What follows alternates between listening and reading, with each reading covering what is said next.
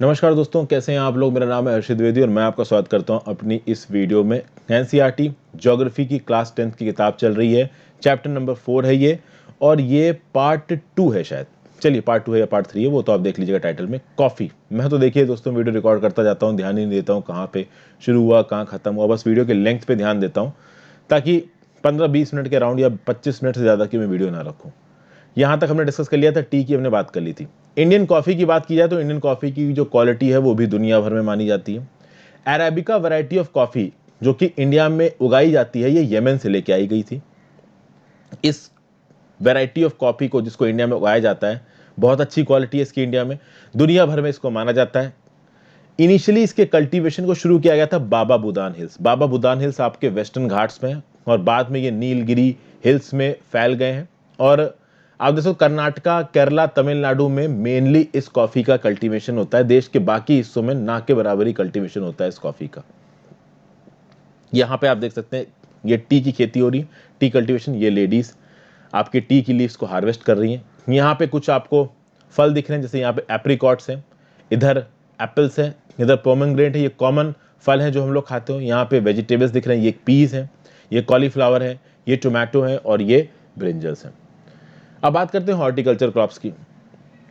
Horticulture crops मतलब फल और सब्जियां, ये हो गया आपके हॉर्टिकल्चर क्रॉप्स। तो 2016 में, अच्छा आगे बढ़ने से पहले दोस्तों वही बातें बात की, लाइक दबा दीजिए, लाइक बटन दबा दीजिए। चैनल को सब्सक्राइब नहीं किया है तो कर लें। मेरे काम को सपोर्ट करने के लिए आप ज्वाइन बटन दबा सकते हैं। मैं ऑलरेडी आपका पूरा कोर्स कंप्लीट करूंगा, साथ साथ कुछ एक्स्ट्रा वीडियोस आपको मिल जाएंगी। इंस्टाग्राम पे फॉलो कर लीजिए, वहाँ पे आपकी सारी जेन्युइन क्वेरीज के जवाब दूंगा। टेलीग्राम ग्रुप ज्वाइन कर लीजिए, वहाँ पे लेक्चर्स की पीडीएफ आपको मिलती रहेगी। इस लेक्चर की तो नहीं, एनसीईआरटी की तो नहीं, बट करंट की सारी पीडीएफ मिलती रहेंगी। चलिए, इंडिया सेकंड लार्जेस्ट प्रोड्यूसर था फ्रूट्स और वेजिटेबल्स का 2016 में, चाइना के बाद। इंडिया ट्रॉपिकल फ्रूट्स भी उगाता है और टेम्परेट फ्रूट भी उगाता है, क्योंकि हमारा लैटिट्यूडनल एक्सटेंट इतना बड़ा है कि हमारे यहाँ ट्रॉपिकल और टेम्परेट क्लाइमेट दोनों दिख जाते हैं। अगर इंडिया में प्रोमिनेंट फ्रूट्स की बात की जाए तो महाराष्ट्र, आंध्र प्रदेश, तेलंगाना, उत्तर प्रदेश और वेस्ट बंगाल के आम। संतरे नागपुर के और चेरापूंजी के। संतरे तो नागपुर के खैर बहुत ही ज़्यादा फेमस है, आप सबने सुने ही होंगे। चेरापूंजी मेघालय में है। फिर केले केरला के, मिजोरम के, महाराष्ट्र के, तमिलनाडु के। लीची और गुआवा उत्तर प्रदेश और बिहार का। पाइनएप्पल मेघालय के। आपके अंगूर आंध्र प्रदेश के, तेलंगाना के, महाराष्ट्र के। Apple, pear, apricot and walnut Jammu and Kashmir और हिमाचल प्रदेश की। दुनिया भर में इनकी डिमांड है, बहुत ही तादाद में। ये जो फल हैं आपके, ये बाहर की कंट्रीज में एक्सपोर्ट होते हैं। और इंडिया में P, cauliflower, onion, cabbage, tomato, brinjal और पोटैटो ये बहुत ह्यूज क्वांटिटीज में उगाए जाते हैं। तो ये तो फूड क्रॉप्स की बात कर लें। कुछ नॉन फूड क्रॉप्स की बात करें तो रबड़। रबड़ का प्रयोग किस किस चीज़ों में होता है इसका कोई हिसाब नहीं है। चाहे आप टायर ले लीजिए, चाहे आप घर की चीज़ें ले लीजिए, चाहे इंडस्ट्रियल प्रोडक्शन ले लीजिए, चाहे मेडिकल प्रोडक्ट्स ले लीजिए, हर जगह आपका रबर इस्तेमाल होगा। आप बोलोगे मेडिकल प्रोडक्ट्स, तो दवाइयाँ नहीं दोस्तों, जो आपके हॉस्पिटल में इक्विपमेंट्स इस्तेमाल होते हैं, बड़ी बड़ी जो मशीन्स होती हैं, उसमें रबर का यूज़ होता है। रबर एक इक्वेटोरियल क्रॉप है, इसको स्पेशल कंडीशंस के अंदर उगाया जाता है। ट्रॉपिकल और सब ट्रॉपिकल एरियाज में भी इसको उगाया जाता है। तो इसीलिए इंडिया में सब ट्रॉपिकल एरियाज की कमी नहीं है, ट्रॉपिकल एरियाज की कमी नहीं है, तो रबड़ इंडिया में उगाया जाएगा। मॉइस्ट क्लाइमेट चाहिए, ह्यूमिड क्लाइमेट चाहिए, रेनफॉल 200 सेंटीमीटर से ज़्यादा क्यों नहीं चाहिए, 25 डिग्री से ज़्यादा का टेम्परेचर होना चाहिए। तो ऑब्वियस सी बात है, वहाँ जहाँ पानी ज़्यादा बरसता है तो Kerala, Tamil Nadu, Karnataka, Andaman and Nicobar islands, Garo hills of Meghalaya, ये वो जगह है इंडिया की जहाँ बहुत पानी बरसता है, मॉइस्चर की कोई कमी नहीं है, टेम्परेचर की कोई कमी नहीं है। तो इन जगहों पर उगाया जाएगा आपका रबड़। बात करते हैं फाइबर क्रॉप्स की। फिर फाइबर क्रॉप्स की बात कर लेते हैं दोस्तों। फाइबर क्रॉप्स मतलब कि जो कपड़े बनाने में काम आ जाए, जिसमें से फाइबर निकले, उन फाइबर को सीख के हम कपड़ा बना सकें। तो cotton, jute, hemp, natural silk, ये सब भाई आपके फाइबर क्रॉप्स हैं। लेकिन हम यहाँ पे देखिए, ये 4 मेजर फाइबर क्रॉप्स हैं, इसमें से जो 3 हैं वो जमीन पे उगाई जाती हैं। तो जैसे कि कॉटन, जूट और हेम्प, ये जमीन पे उगाई जाती है। तो first 3 are derived from crops grown in soil. और जो चौथा है नेचुरल सिल्क, ये cocoons of the silk worm से निकलती है। सेरीकल्चर के बारे में मैंने पहले के एनसीईआरटी में बहुत डिटेल में डिस्कस किया है। फाइबर टू फैब्रिक करके एक प्रॉपर चैप्टर है दोस्तों क्लास 6 की साइंस की किताब में। तो देखिए, मैंने आपको पहले बता दिया कि मैं क्लास 7 की पूरी साइंस और क्लास 6 की पूरी साइंस ऑलरेडी कवर कर चुका हूं। यहां पे आपको स्क्रीन पे एनसीईआरटी साइंस क्लास 7 की टेक्स्ट बुक की जो मैंने प्लेलिस्ट बना रखी है वो दिख रही है। तो आप इन सीरीज को प्रॉपर तरीके से देख लीजिए। अगर आप देखना चाहते हैं कि कैसे फाइबर से एक फाइनल फैब्रिक बनता है जो कि कपड़े में बनाने में इस्तेमाल किया जाता है। कॉटन में क्या होता है, आपका सिल्क में कैसे बनाया जाता है, इन सब चीजों के बारे में मैंने वहां पे आपको बताया है। ये जो रेयरिंग ऑफ सिल्क वर्म्स है, जिसको आपको कहा जाता है सेरीकल्चर, ये पहले मैं आपको एक्सप्लेन कर चुका हूं। क्योंकि यहाँ पे डिटेल में इसलिए बातचीत नहीं करी गई क्योंकि क्लास 7 की और क्लास 6 की साइंस की किताब में इस पर बहुत डिटेल में बात करी जा चुकी है। आगे बात करते हैं कॉटन की। इंडिया को कॉटन का ओरिजिनल होम माना जाता है। Cotton is one of the main raw materials of cotton textile industry. 2016 में India is the second largest producer of cotton after China. Cotton को उगाया कहां जाता है इंडिया में, तो भाई जो ड्रायर पार्ट्स हैं ब्लैक कॉटन सॉइल के, अगर आप ये इंडियन पेनिनसुला मानो तो ये एक बहुत बड़ा हिस्सा है ब्लैक कॉटन सॉइल का। यहाँ पे कॉटन उगाया जाता है खासकर इसके ड्रायर पार्ट्स में, डेक्कन प्लेट्यू के, हालांकि और क्रॉप्स भी यहाँ पे उगाए जाते हैं। इसको हाई टेम्परेचर की जरूरत है, लाइट रेनफॉल की जरूरत है, इरिगेशन की जरूरत है। लाइट रेनफॉल में क्यों बोल रहा हूं दोस्तों, क्योंकि जिस समय पे कॉटन को हार्वेस्ट करने का समय पास आ रहा होता है, अगर उस समय पे थोड़ी सी भी भारी अगर बारिश हो गई तो कॉटन की फसल पूरी बर्बाद हो जाती है। इसलिए कॉटन की फसल में शुरुआती बारिश तो अच्छी होती है, बट एक बार कॉटन की फसल फूल गई और वो अच्छी खासी बड़ी हो गई है और अब हार्वेस्ट के पास पहुंच रही है, तब पानी ज्यादा नहीं बरसना चाहिए। इसलिए ड्रायर इलाकों में कॉटन को उगाया जाता है जहां पानी ज्यादा नहीं बरसता, जहां इरिगेशन से हम लोग कॉटन की पैदावार करते हैं। 210 फ्रॉस्ट फ्री डेज चाहिए और ब्राइट सनशाइन चाहिए।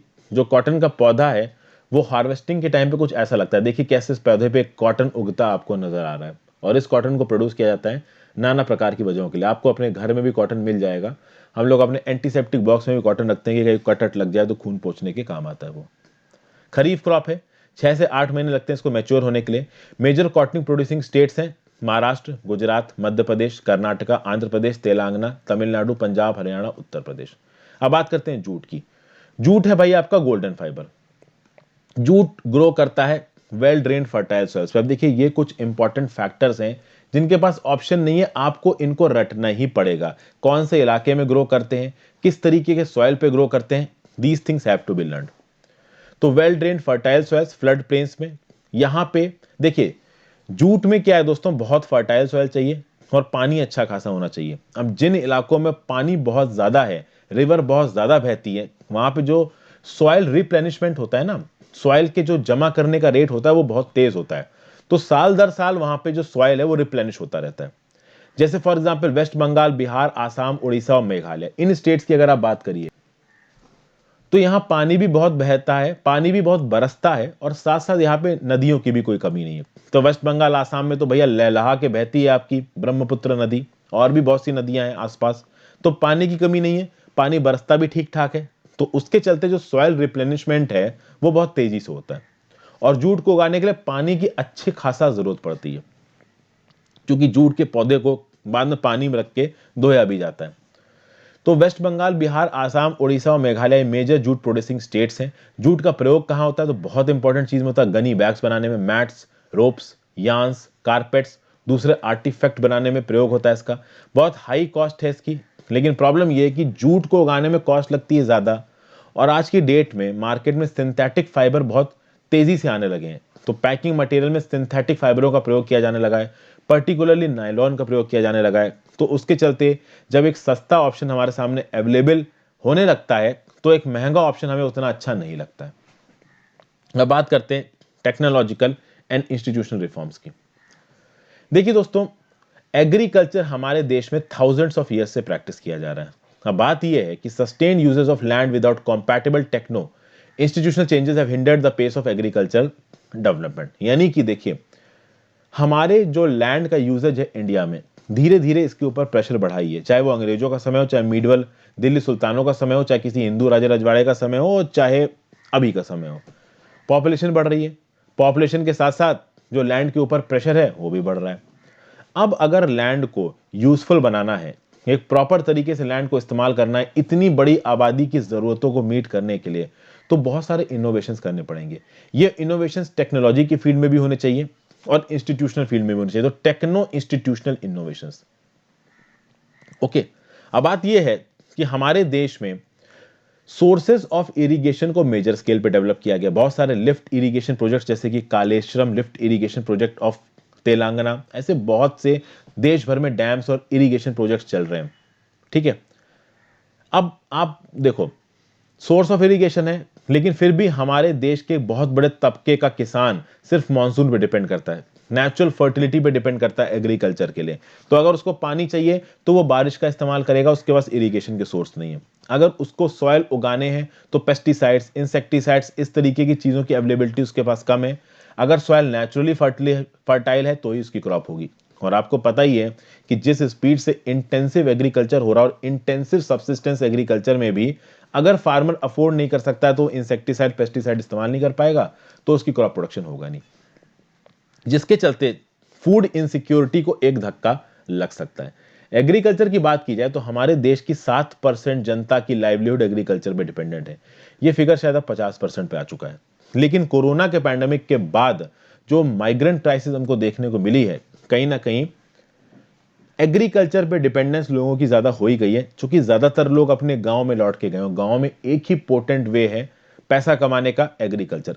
एक और है नरेगा, लेकिन मनरेगा का उतना पेनिट्रेशन नहीं है। मनरेगा पे समय समय पे कुछ फ्लॉज उठाए जाते हैं, तो एग्रीकल्चर कह लीजिए।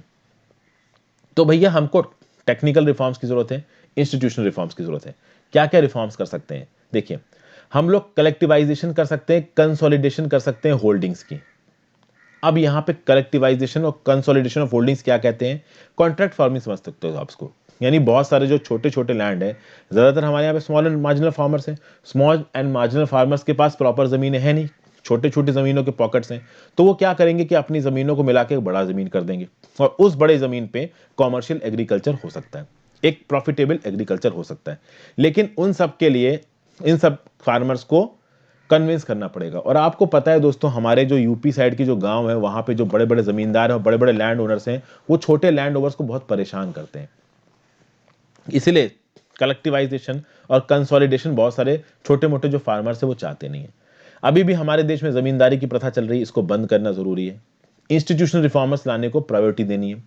जब हमारा पहला 5 ईयर प्लान आया तो लैंड रिफॉर्म एक मेजर फैक्टर था उसमें, कि लैंड का रिफॉर्म करो। ये जो बड़े बड़े जमींदार, जोतेदार, जो इतने सारे लैंड को इकट्ठा करके अपने पास बैठे हैं, उनसे लैंड छीनो, गरीबों को दो।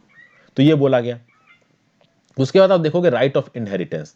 तो भैया एक फादर जब खत्म होगा तो उसकी जो लैंड है वो बहुत सारे बच्चों में बंट जाएगी। तो जो बड़ी लैंड थी पहले, तो मान लीजिए एक फार्मर के पास 20 बीघा खेती थी, तो 2 बच्चों में बटी तो 10 बीघा खेती।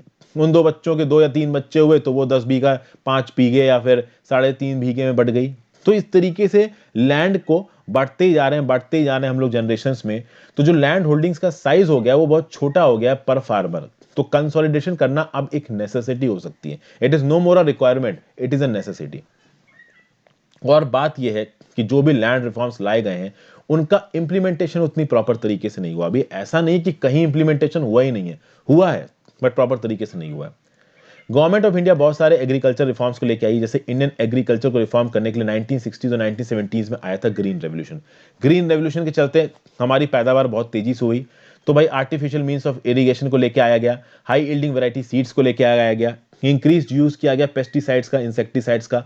बट वो कुछ लिमिटेड पॉकेट्स में सीमित था, उसको नॉर्थ ईस्ट पहुंचाने की भी कोशिश की गई। व्हाइट रेवोल्यूशन की बात की जाए, जिसको बोला जाता है ऑपरेशन फ्लड, यानी दूध का मेजर प्रोडक्शन। तो दूध के मेजर प्रोडक्शन के चलते ऑपरेशन फ्लड लाया गया, वर्गीस कुरियन इसमें इन्वॉल्व थे। अमूल डेयरी डेवलपमेंट बोर्ड बनाया गया। इसके चलते भाई इंडियन एग्रीकल्चर में बहुत सारा डेवलपमेंट भी देखने को मिला है। लेकिन ये जो डेवलपमेंट है ना, कुछ सेलेक्टेड एरियाज में कन्फाइंड है, ये पूरे देश में नहीं फैल पाया है, ये बहुत अनफॉर्चुनेट है। 1880s में और 1890s में एक कॉम्प्रिहेंसिव लैंड डेवलपमेंट प्रोग्राम को चलाया गया था, जिसमें इंस्टीट्यूशनल और टेक्निकल रिफॉर्म्स दोनों थे। इसके बारे में भी बात करेंगे। क्रॉप इंश्योरेंस लेके आया गया ड्रॉट के अगेंस्ट, फ्लड, साइक्लोन, फायर और डिजीज के अगेंस्ट। ग्रामीण बैंक बनाए गए, कोऑपरेटिव सोसाइटीज बनाई गई। ये बोला गया बैंकों से कि आप लोन प्रोवाइड करिए फार्मर्स को लोअर रेट ऑफ इंटरेस्ट पे। बट कहीं ना कहीं बैंक अपने प्रॉफिट के मार्जिन के चलते इनको देते नहीं थे, या फिर बैंक को हालांकि प्रायोरिटी सेक्टर लैंडिंग में ये बात तो क्लियर है कि भैया लोन तो देना ही पड़ेगा तुमको फार्मर्स को, बट फिर भी ये जो बैंक होते हैं ना, शेड्यूल कॉमर्शियल बैंक, ये देना नहीं चाहते हैं, क्योंकि भाई लोन माफ कर दिया जाता है या पैसा वापस नहीं आता है। इसलिए ये जो बैंक है डरते हैं। इसलिए नाबार्ड जैसे ऑर्गेनाइजेशंस की जरूरत महसूस हुई और इनको बनाया गया। किसान क्रेडिट कार्ड स्कीम चलती है, पर्सनल एक्सीडेंट इंश्योरेंस स्कीम चलती है। कुछ ऐसी स्कीम से गवर्नमेंट के द्वारा चलाई गई है फार्मर्स के बेनिफिट के लिए। वेदर बुलेटिन्स निकाले जाते हैं, एग्रीकल्चर प्रोग्राम चलाए जाते हैं फार्मर्स के लिए, रेडियो टेलीविज़न पे, ताकि फार्मर्स को पता लगाया जा सके कि उनके एग्रीकल्चर के लिए बेस्ट पॉसिबल डिसीजन क्या है। उनके क्रॉप पैटर्न को मैनेज करने के लिए उनको एडवांस में बताया जाता है। Indian meteorological department ground level पे डिप्लॉयड है, ताकि वो फार्मर्स को बता सके कि हाँ भाई आने वाले इतने दिनों में बारिश हो सकती है, तो आप अपने जो भी पेड़ पौधे लगा रहे हैं वो इस हिसाब से लगाइए। गवर्नमेंट समय समय पे मिनिमम सपोर्ट प्राइस अनाउंस करती है, ताकि वीट और राइस और कुछ और क्रॉप्स को मिनिमम उतने प्राइस से बेचा जा सके। अगर मार्केट प्राइस से बेचेंगे तो फार्मर्स की जो लागत है वो भी नहीं निकलेगी। मिनिमम सपोर्ट प्राइस का बेसिक प्रेमाइस ये है कि फार्मर्स का अगर किसी क्रॉप को उगाने में 1 रुपया लगाए तो कम से कम 1.5 रुपया उसको मिले, कम से कम 50% उसके इनपुट का उसे ज़्यादा मिले। ठीक है, तो ये सब बातें दोस्तों बोली गई। और फार्मर्स का एक्सप्लॉयटेशन ना हो स्पेकुलेटर्स के द्वारा, मिडिलमैन के द्वारा, इसके लिए भी सरकार ने बहुत से स्टेप्स चलाए हैं। अभी रिसेंटली फार्म बिल्स बहुत न्यूज़ में रहे, तो कहा तो ये जा रहा है सरकार के द्वारा कि फार्म बिल्स को लाया ही इसलिए गया है ताकि फार्मर्स के एक्सप्लॉयटेशन को रोका जा सके। बट एक्चुअली में फार्मर्स ऐसा बोल रहे हैं कि उनका एक्सप्लॉयटेशन होगा, क्योंकि एपीएमसी मंडी को एलिमिनेट करने की बात की जा रही है और उससे भी ज़्यादा एमएसपी को एलिमिनेट करने की बात की जा रही है। हालांकि सरकार ने और हमारे पीएम साहब ने साफ साफ बोला है कि एमएसपी एलिमिनेट नहीं होगा, बट चूंकि एमएसपी कोई स्टैट्यूटरी लॉ तो है नहीं, वो तो एक एग्जीक्यूटिव लॉ है, वो इंप्लीमेंट होगा या नहीं होगा, इस बात पे एक बहुत बड़ा सवाल या निशान है। यहाँ पे वीडियो खत्म करता हूँ दोस्तों, अगली वीडियो में इस चैप्टर को खत्म कर दूंगा। Thank you for watching.